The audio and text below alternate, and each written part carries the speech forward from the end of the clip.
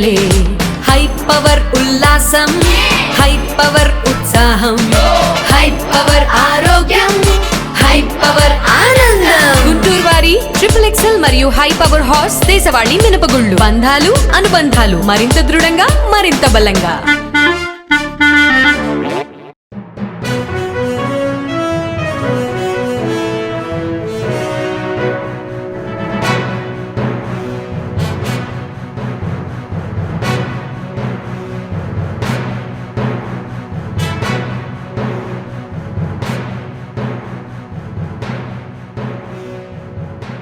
Welcome to NXT news. ఈనాటి వార్తా విశేషాలు. గుంటూరు కార్పొరేషన్ స్టాండింగ్ కమిటీ ఎన్నికల్లో కూటమి అభ్యర్థులు క్లీన్ స్వీప్ చేసిన సంగతి తెలిసిందే. అదే ఉత్సాహంతో గుంటూరు నగర మేయర్ పదవిని చేజెక్కించుకునేందుకు టీడీపీ నేతలు వ్యూహరచన చేస్తున్నారు. గుంటూరు నగర మేయర్ అభివృద్ధి ఎవరన్నది టీడీపీ అధిష్టానం నిర్ణయిస్తుందని కేంద్ర సహాయ మంత్రి పెమ్మసాని చంద్రశేఖర్ స్పష్టం చేశారు. గుంటూరు పశ్చిమ ఎమ్మెల్యే గల్లా మాధవి నివాసంలో జరిగిన ఆత్మీయ సమావేశంలో పెమ్మసాని తన నిర్ణయాన్ని వెల్లడించారు. ఈ సమావేశంలో గుంటూరు తూర్పు పశ్చిమ ఎమ్మెల్యేలతో పాటు కూటమి కార్పొరేటర్లు పాల్గొన్నారు. ఈ మేరకు మంత్రి మాట్లాడుతూ కష్టకాలంలో కార్యకర్తలకు అండగా ఉంటూ పార్టీకి సహకారం అందించిన సీనియర్ నేత కోవెలమూడి రవీంద్రను మేయర్ అభ్యర్థిగా ప్రకటించాలన్నది తన అభిప్రాయమని, మీ అందరి అభిప్రాయాలు చెబితే అధిష్టానం దృష్టికి తీసుకెళ్తామన్నారు. అధిష్టానం ఏ నిర్ణయం తీసుకున్నా అందరూ కట్టుబడి ఉండాలని చెప్పారు. మేయర్పై అవిశ్వాస తీర్మానం పెట్టిన కార్పొరేటర్లు పూర్తిగా సహకరించాలని సూచించారు. ఈ కార్యక్రమంలో కూటమి కార్పొరేటర్లు పాల్గొన్నారు.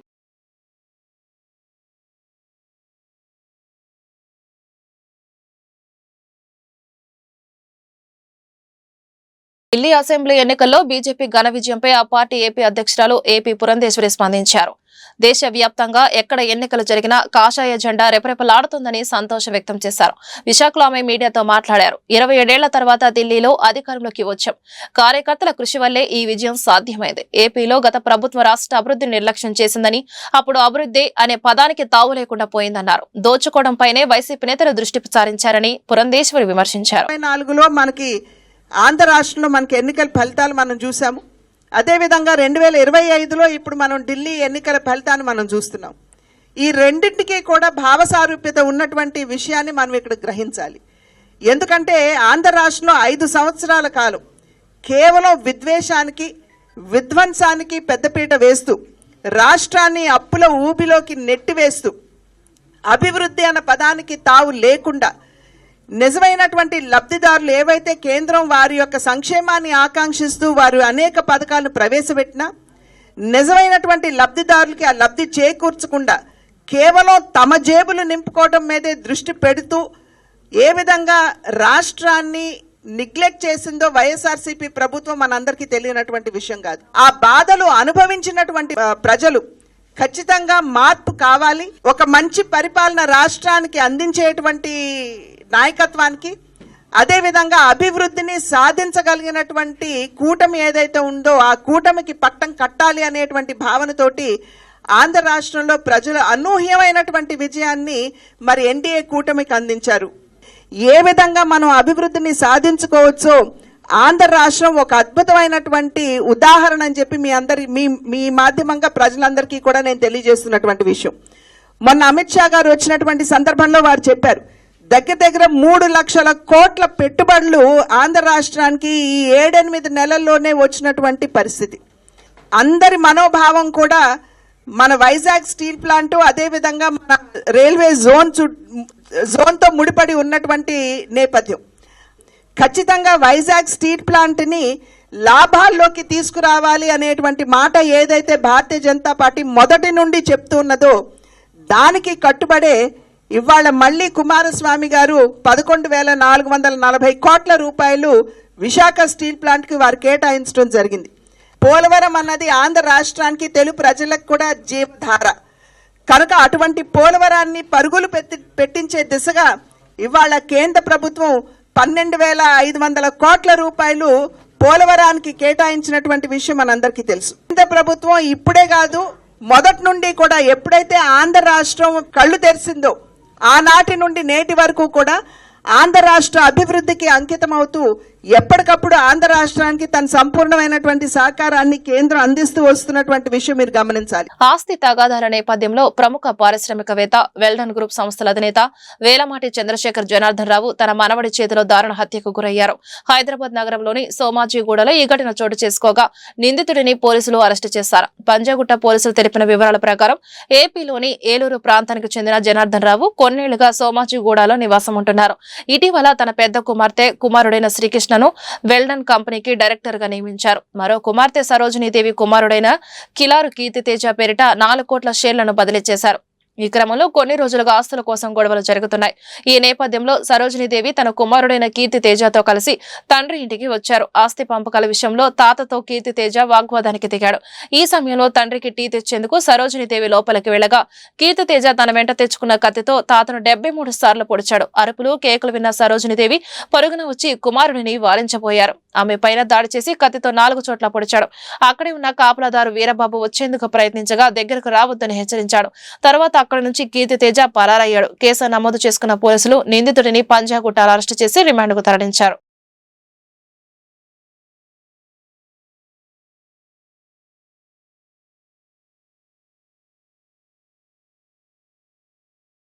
ప్రజా సమస్యలను క్షేత్రస్థాయి నుంచి పరిష్కరించి నగర అభివృద్ధికి సంపూర్ణ ప్రణాళికలను శ్రీకారం చుట్టబోతున్నామని కేంద్ర గ్రామీణ అభివృద్ధి కమ్యూనికేషన్ శాఖల సహాయ మంత్రి డాక్టర్ పెమ్మసాని చంద్రశేఖర్ అన్నారు.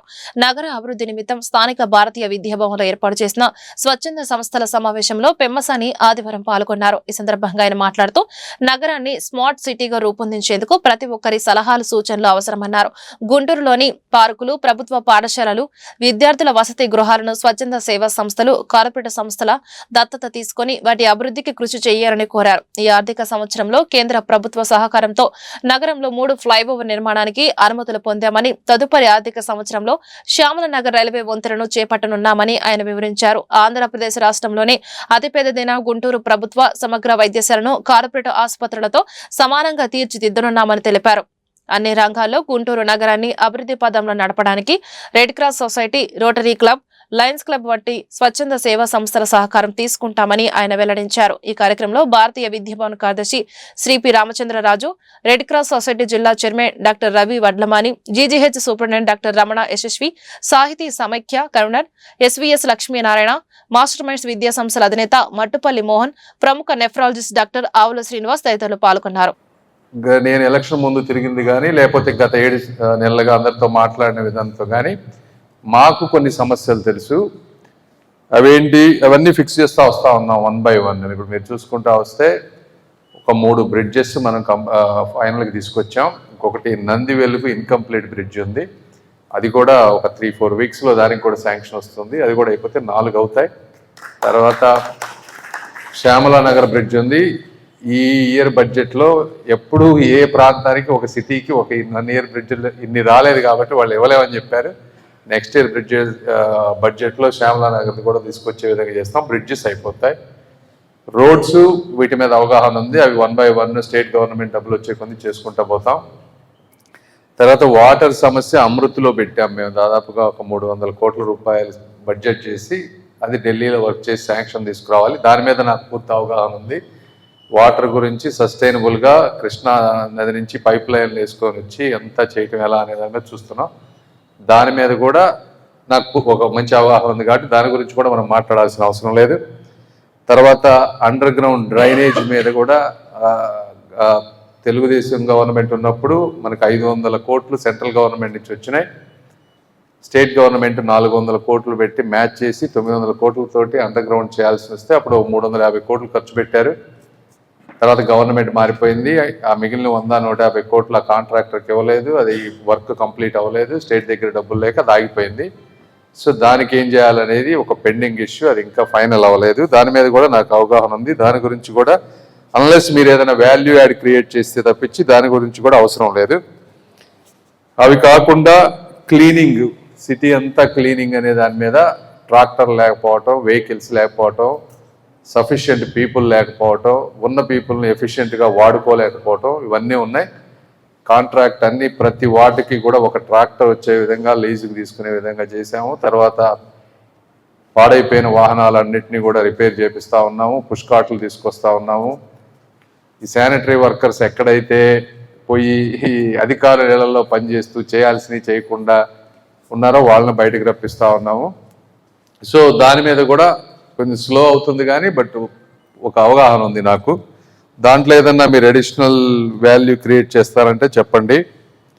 ఇవి కాకుండా సిటీలో అన్ని ఏరియాల్లో ఈ రోజున వీడియో కెమెరాస్ పెడతా ఉన్నాము. అన్ని సిగ్నల్స్ అన్నిటి దగ్గర కూడా ఆగిపోయిన పాడైపోయిన లైట్స్ అన్నీ కూడా తీసుకొస్తాము. ట్రాఫిక్ సమస్య కూడా వాటిని కూడా వర్క్ చేస్తూ ఉన్నాం. ఆ రెండు ఇవి కాకుండా పార్కుల్ని ప్లాన్ చేస్తున్నాం. ఇప్పుడు మాజీ సీఎం వైసీపీ అధినేత వైఎస్ జగన్మోహన్ రెడ్డి 2.0 అంటూ ఊహల్లో విహరిస్తున్నారని బీజేపీ ఎమ్మెల్యే విష్ణుకుమార్ రాజు సెటైర్లు గుప్పించారు. జగన్ మానసిక సమస్యతో బాధపడుతున్నారని విమర్శించారు.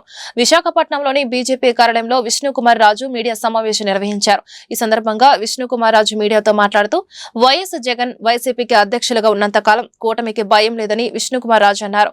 కేంద్రంలో ఏఐసీసీ అగ్రనేత రాహుల్ గాంధీ, ఏపీలో జగన్ ఉన్నంత వరకు ఇక్కడ కూటమికి, అక్కడ బీజేపీకి ఎలాంటి డోకా లేదని చెప్పారు. ఢిల్లీ నుంచి గల్లీ వరకు ఎప్పుడు ఎన్నికలు జరిగినా బీజేపీ విజయం సాధిస్తుందని ధీమా వ్యక్తం చేశారు. జగన్ మాటలు సినిమాల్లో సరిపోతాయని, నిజ జీవితంలో ఎలాంటి మాటలు సూట్ కావని చెప్పారు. అసభ్యంగా మాట్లాడే మంత్రులను కూటమి పార్టీలోకి ఎప్పుడూ తీసుకోమని స్పష్టం చేశారు. తన వ్యక్తిగత అభిప్రాయం ప్రకారం రిషికొండ ప్యాలెస్ లో 1 హెక్టారు బెంచ్ పెడితే మంచిదని సలహా ఇచ్చారు. భవిష్యత్తులో కూటమికి విజయాలు వస్తాయని, వైసీపీ ఇంకా అపజయాలను మూటగట్టుకుంటుందని ఎమ్మెల్యే విష్ణుకుమార్ రాజు విమర్శించారు. విషయానికి వస్తే గౌరవనీయులైన జగన్మోహన్ రెడ్డి గారు వైఎస్ఆర్ సిపికి నేతృత్వం వహిస్తున్న, ఎంతకాలం ఆయన నేతృత్వం వైఎస్ఆర్ సిపికి వహిస్తారో అంతవరకు కూటమికి డోకా లేదు. అంటే జగన్మోహన్ రెడ్డి 30 సంవత్సరాలు వైఎస్ఆర్ సిపికి ఆయనే ఇన్ఛార్జో, లేకపోతే ఆయనే ప్రెసిడెంట్ గారు, ఆయనే చైర్మన్ గారు, లేకపోతే వైఎస్ఆర్ సిపి అంతా ఆయనకే ఉంది, ఆయన సొంత పార్టీ కాబట్టి ఆయన నేతృత్వం ఉన్నంత వరకు కూటమికి ఏ విధమైన ఇబ్బంది లేదు. 10 సంవత్సరాలైనా 20 సంవత్సరాలైనా ఇంకా వైఎస్ఆర్ సిపి అనేది కనుమరుగైపోయే పరిస్థితి ఉంది. అట్లాగే కాంగ్రెస్ పార్టీ లేనే లేదు. ఒక్క సీటు కూడా గెలవపోవటము, ఢిల్లీలో ఒక్క సీటు కూడా గెలవపోవటం అంటే మరి గౌరవనీయులైన మరి కాంగ్రెస్ పార్టీలో ఉన్న రాహుల్ గాంధీ గారికి తెలియాలి. ఆయన ఉన్నంత వరకు ఎక్కడా కూడా ఏవి బీజేపీకి డోకలేదు. అట్లాగే అక్కడేమో రాహుల్ గాంధీ గారు, ఇక్కడేమో జగన్మోహన్ రెడ్డి గారు. వారు ఉన్నంత వరకు అసలు పల్లేరుపై నడకలాగుంటుంది అని చెప్పి, నల్లేరుపై నడకలాగా ఉంటుందని ఒక సామెత ఉంది. దంతాల ప్రథమ శత్రువులు నోటిలో నివసించే సూక్ష్మజీవులే అని ప్రముఖ దంత వైద్య శస్త్రచికిత్స నిపుణులు డాక్టర్ చెల్లా చైతన్య వ్యాఖ్యానించారు. నోరు ఎప్పటికప్పుడు శుభ్రంగా ఉంచుకోవాలన్నారు. లేకపోతే అనేక అనారోగ్య సమస్యలు తలెత్తుతున్నాయన్నారు. ఆదివారం ఉదయం స్థానిక బ్రాడీపేటలోని హెచ్హెచ్ఓ భవన్లో HHO hypertension and diabetic club, మానవతా స్వచ్ఛంద సేవా సంస్థ సంయుక్తంగా నిర్వహించిన ఉచిత దంత వైద్య శిబిరం, శాస్త్రీయ అవగాహన సభలో డాక్టర్ చైతన్య పాల్గొన్నారు. ఈ మేరకు ఆయన మాట్లాడుతూ పోషకాహార లోపం, విటమిన్ల లోపం నోటి వ్యాధులకు కూడా కారణమవుతాయని వివరించారు. దంత సమస్యలు వచ్చినప్పుడు వైద్యులను సంప్రదించి తగిన వైద్యం సేవలు పొందాలన్నారు. ఈ కార్యక్రమంలో T Dhananjaya Reddy, doctor T Seva Kumar తదితరులు పాల్గొన్నారు. మనం 6వ సంవత్సరం నుంచి 12వ సంవత్సరం వరకు పాల పళ్ళు ఊడిపోయి శాశ్వతంతం వచ్చే టైం. ఒక్కొక్క పంటికి ఒక్కొక్క వయసు అనేది ఉంటుంది. కొంతమంది 4 ఏళ్లకే పళ్ళు పాడైపోయింది అనుకోండి, పుచ్చిపోయింది తీసేయండి డాక్టర్ గారు అని వస్తారు. కానీ మనం తొందరపడి తీసేస్తే 6వ సంవత్సరంలో రావాల్సిన పనులు మన 5వ సంవత్సరంలో స్టార్ట్ అవుతుంది. అప్పుడు ఏమవుతుంది, చిన్నగా కూడా పెద్ద పనులు వస్తాయి. దాని కాన్సిక్వెన్సెస్ టీనేజ్ లో ఫేస్ చేస్తారు. సో పాల పళ్ళను నిర్లక్ష్యం చేయటం, లేదంటే తీయించేసుకోవటం, 10 ఏళ్ల తర్వాత రావాల్సిన పనుని 6 ఏళ్లలోనే తీయించేయటం, అంటే కొన్ని వీటికి సంబంధించి కాకుండా కంపల్సరీ తీసుకోవాల్సిన కండిషన్స్ ఉంటాయి. ఇప్పుడున్న లేటెస్ట్ టెక్నాలజీలో పొరపాటున తీసినా కూడా పంటిని, దాన్ని ఇప్పుడు క్లిప్స్ ట్రీట్మెంట్ లాగా ఎలా తయారు చేస్తామో అట్లానే ఆ స్పేస్ మెయింటైన్ చేసుకోవడం అనేది చేయాలి. సో దవడలో ఇబ్బందులు రాకుండా ఉంటాయి. ఇది చిన్నపిల్లలకి సంబంధించి. వీటిలో ఇప్పుడు నేను చెప్పిన ఏ కాన్సెప్ట్ అయినా సరే కొంచెం నిర్లక్ష్యం చేస్తే నెమ్మదిగా టీనేజ్ లోకి వెళ్తాయి. అంటే సింపుల్ లాజిక్, దంత వైద్యం అన్ని ఇంటర్లింక్డ్ ఉంటాయండి. ఎట్లంటే సీనియర్ సిటిజన్స్ ఇప్పుడు ఇందాక సార్ చెప్పినట్టు పనులు పెట్టుకోవడానికి కూడా అవకాశం లేదనుకోండి, డబ్బు పెట్టగలిగినా, ఎక్కడో టీనేజ్ టైంలో చేసిన నిర్లక్ష్యం ఒక్కసారిగా సీనియర్ సిటిజన్ అయిన తర్వాత సమస్యలు వస్తాయి. ఇవన్నీ ఇంటర్లింక్. అందుకని కొంచెం చిన్న వయసు నుంచి చెప్పడం అనేది జరుగుతుంది. సో ఈ చిన్నపిల్లల్లో వచ్చిన సమస్యల్ని టీనేజ్ లోకి వస్తాయి. తొందరపడి పాలపళ్ళు తీయించడం, ఆ పాలపళ్ళ మీద శ్రద్ధ లేకపోవడం వల్ల ఎన్నికలో మార్పులు వస్తాయి. ఆ ఎముకలో మార్పులు వచ్చినప్పుడు టీనేజ్ ఏమవుతుంది, ఎదిగే వయసు 18-19 ఏళ్ళ వరకు ఆ ఎముక ఫామ్ అవుతున్న టైంలో ఈ పనులు ఎత్తుగా రావటం, పనుల మధ్య సందుకు రావడం. విద్య ద్వారానే సమాజ వికాసం సాధ్యమని కళాపీఠ అధ్యక్షులు ఎస్వీఎస్ లక్ష్మీనారాయణ వ్యాఖ్యానించారు. న్యూ ఎడ్యుకేషనల్ పాలసీ విద్యార్థుల కళలను సాకారం చేసిందన్నారు. 140 కోట్ల జనాభా ఉన్న భారతదేశం ఎప్పుడూ ఆహార సమస్యను ఎదుర్కొని లేదని చెప్పారు. Guntur Chelamayya Karpurapu Venkatanarayana degree college silver jubilee వేడుకలు పూర్వ విద్యార్థుల సమ్మేళనము ఆదివారం ఘనంగా జరిగింది. ఈ వేడుకల్లో ముఖ్య అతిథిగా ఎస్వీఎస్ లక్ష్మీనారాయణ పాల్గొన్నారు. ఈ సందర్భంగా ఆయన మాట్లాడుతూ విశ్వగురువుగా భారతదేశం అవతరిస్తుందన్నారు. విద్యా నాగరికత సంస్కారాన్ని నేర్పుతోందన్నారు. దేశ దిశ మార్చే శక్తి విద్యాలయాలకు మాత్రమే ఉందన్నారు. ఈ కార్యక్రమంలో ఎమ్మెల్యే మహమ్మద్ నజీర్, కార్పొరేటర్లు సంకూరి శ్రీనివాస్, ఈరంటి వరప్రసాద్, కొనకళ్ళ సత్యం, బుజ్జి తదితరులు పాల్గొన్నారు. రిజర్వేషన్స్ ఇలాంటి మాటలు లేకుండా ప్రతి ఒక్కరికి కూడా ఏది కావాలంటే అది చదివేటువంటి ఒక గొప్ప ఆలోచన న్యూ ఎడ్యుకేషన్ పాలసీ చేస్తుంది. అంటే ఇది ప్రభుత్వ పాలసీ గురించి మాట్లాడటానికి నేను రాలేదు. విద్య యొక్క అవసరాన్ని గుర్తించారు కాబట్టి పాలకులు. అలాగే ఈ ప్రభుత్వం, ఇప్పుడు ఉన్నటువంటి చంద్రబాబు నాయుడు ప్రభుత్వం గతంలో ఒక 10 సంవత్సరాల ముందుగా, అందుకనే ఆయన విజనరీ అంటారు. చంద్రబాబు నాయుడు విజనరీ అంటానికి కారణం ఏంటంటే, ఇప్పుడు మీరు చూడండి, మనకు అమెరికా నుంచి పంపించినటువంటి వాళ్ళందరూ కూడా పంజాబ్, గుజరాత్, మహారాష్ట్రకు చెందిన వాళ్ళు, ఆంధ్ర వాళ్ళు లేరు. అంటే గొప్ప కోసం చెప్పలేదు. కారణం ఏంటంటే మన వాళ్ళు డంకీ మార్గంలో కాదు, స్ట్రైట్ మార్గంలో ఇంజనీర్స్గా వెళ్ళారు ఆ దేశానికి. అంత తేలిక కాదు మనల్ని పంపించడం. ఎందుకంటే మనల్ని పంపిస్తే వాళ్ళు కూతారు. అది ఇల్లీగల్గా ఉన్నటువంటి వాళ్ళ సంగతి పక్కన పెడతాం. ఈ ఇంజనీరింగ్ అనేటువంటిది గ్రామాల్లో పెట్టడానికి ఒక విజనరీ ఆలోచించాడు. కాబట్టి ఇవాళ ఆంధ్రదేశం నుంచి ఇంతమంది ఇంజనీర్స్, మహారాష్ట్రలో కూడా లేదు. ఐ హావ్ సీన్, రత్తయ్య గారు మహారాష్ట్రలో కూడా ఒక యూనివర్సిటీ పెట్టుకున్నారు, మేము కూడా చూసి వచ్చాం. అక్కడ కూడా ఇంతమంది ఇంజనీరింగ్ లేరు. ఇంజనీరింగ్ యొక్క అవసరం అక్కడ ఉన్నది కాబట్టి ప్రపంచం యొక్క అవసరాన్ని గుర్తించారు, దేశం యొక్క అవసరాన్ని గుర్తించి పెట్టారు. కాబట్టి ఎప్పుడైనా సరే పెద్దలు విద్య మీద పెట్టేటువంటి పెట్టుబడి మాత్రం మామూలు కాదది. అది ఒక సంస్కారాన్ని మారుస్తుంది. దీనివల్ల ఏం జరుగుతుందంటే, ఇవాళ ఒక గొప్ప ఆపర్చునిటీ వచ్చింది మనకు. ట్రంప్ లాంటి ఒక రాష్ట్రపతి అమెరికాలో ఎన్నుకోబట్టడం భారతదేశానికి అదృష్టం. కారణం ఏంటంటే, డోంట్ ఎక్స్పెక్ట్ మోడీ పోయి మా పిల్లల్ని వెనక్కి పంపించొద్దు, మా వాళ్ళని ఇక్కడే ఉంచాలని అడుగు తినాల్సిన దరిద్రం లేదు. ఈ దేశంలో మనం అనేక మందిని భరించగలిగేటువంటి శక్తి మన దేశంలో ఉన్నది. ఈ ఉన్నటువంటి వనరుల్ని వాడుకోవటానికి ఇవాళ మనం కృషి చేయాలి. దానికి ఇక్కడ ఉన్నటువంటి విద్యావేత్తలు కృషి చేయాలి. అయితే ఎందుకు వెళ్ళారని కొంతమంది అడిగారు. ఇక్కడ బతకలేకనే కదా పోతున్నారు. కాదు, ఎప్పుడైనా సరే ఎక్స్పోర్ట్స్ ఏం చేస్తారు?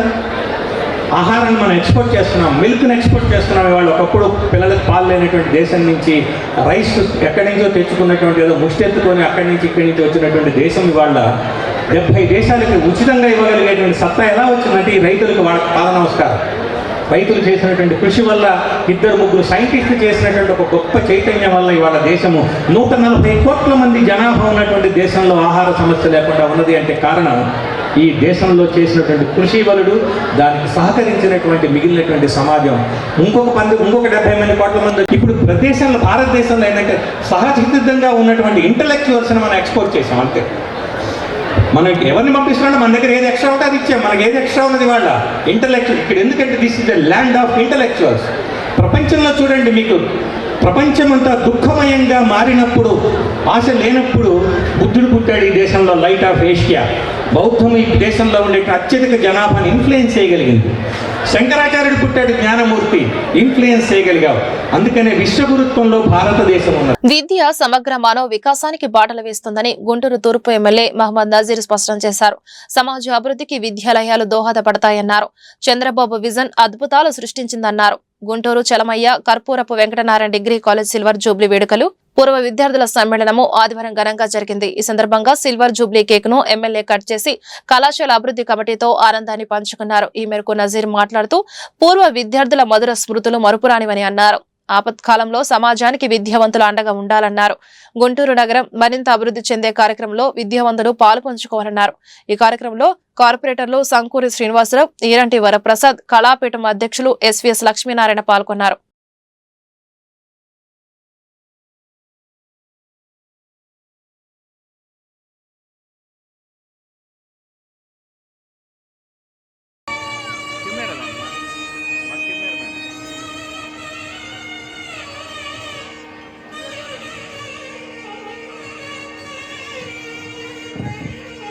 ఆర్ఎల్ నరసింహరావు గారిని ఇంకో మెంబర్ వారిని కూడా పైకి రావాల్సిందిగా కోరుతున్నాం.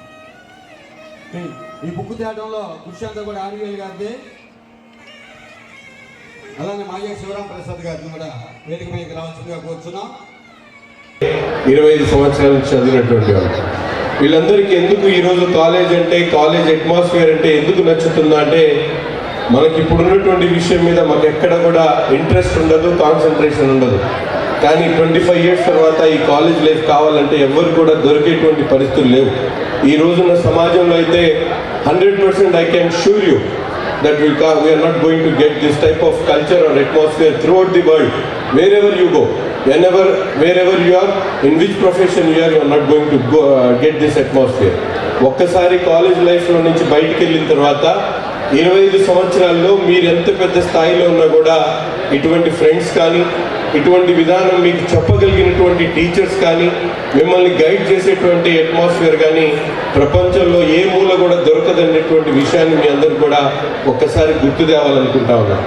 సో అందుకని పాత స్టూడెంట్స్ కానీ, కొత్తగా చదువుకుంటున్నటువంటి పిల్లలు కానీ మీరందరూ కూడా ఈ అట్మాస్ఫియర్ని ముందుగా హైర్ చేసుకోవడం, అంటే సొంతంగా మీరు మాది అనేటువంటి విధానాన్ని మీరందరూ కూడా అలవర్చుకోవాల్సినటువంటి అవసరం ఉంది. ఇప్పుడే పెద్దలు చెప్పారు అల్యూమిని ఉందని. అల్యూమిని ఉంది అంటే కాలేజ్కి అదొక బలం.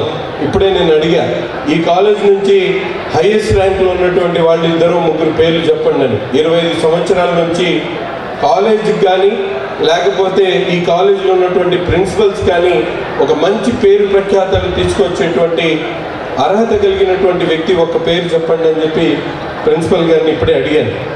అంటే ఇది మనం అనుకుంటే వచ్చేది కాదు. మన స్టూడెంట్స్లో నుంచి ఎవరో ఒక్కటి వచ్చినా కూడా కాలేజ్కి ఆ పేరు అనేది ఆటోమేటిక్గా వస్తుంది.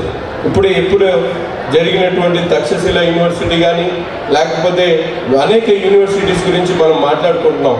ఎవరో ఒక్క పిల్లవాడు చదువుకొని ఆ కాలేజీలో చదువుకున్నటువంటి పిల్లవాడు కానీ, ఆ యూనివర్సిటీలో చదువుకున్నటువంటి పిల్లవాడు ఒక్కడు అబ్దుల్ కలాం అవుతాడని ఎవరు కూడా ఊహించినటువంటి పరిస్థితులు. కానీ అటువంటి విద్యార్థులు ఈరోజు చదువుకున్నటువంటి వాళ్ళు కానీ ఈ 25 సంవత్సరాల్లో చాలామంది ఉంటారని నేను కూడా భావిస్తూ ఉన్నాను. అందుకని యాజమాన్యం వారు ప్రతి ఒక్కరి ప్రొఫైల్ కూడా తప్పనిసరిగా మెయింటైన్ చేస్తే డెఫినెట్లీ దీంట్లో నుంచి చాలామంది, ఇప్పుడే ఒక టీచర్ గారు, లెక్చరర్ గారు నిర్మలాలో చదివిస్తూ ఉన్నారు. అట్లా లెక్చరర్స్గా చేసి సెంట్రల్ యూనివర్సిటీ డీన్లు కానీ, లేకపోతే వైస్ ఛాన్సలర్ స్థాయికి వెళ్ళినటువంటి వాళ్ళు కూడా చాలామంది ఉంటారు. అటువంటి వాళ్ళ డేటా మొత్తం కూడా కలెక్ట్ చేయాల్సినటువంటి అవసరం ఉంది. 25 ఇయర్స్ బ్యాక్ నేను 97లో నా డిగ్రీ అయిపోయింది. సో నేను కేఎల్పి పబ్లిక్ స్కూల్లో చదివినప్పుడు 25 సంవత్సరాల తర్వాత లాస్ట్ సండే నన్ను పిలిచారు వాళ్ళు. ఈ వార్తలు ఇంతటితో సమాప్తం. నమస్కారం.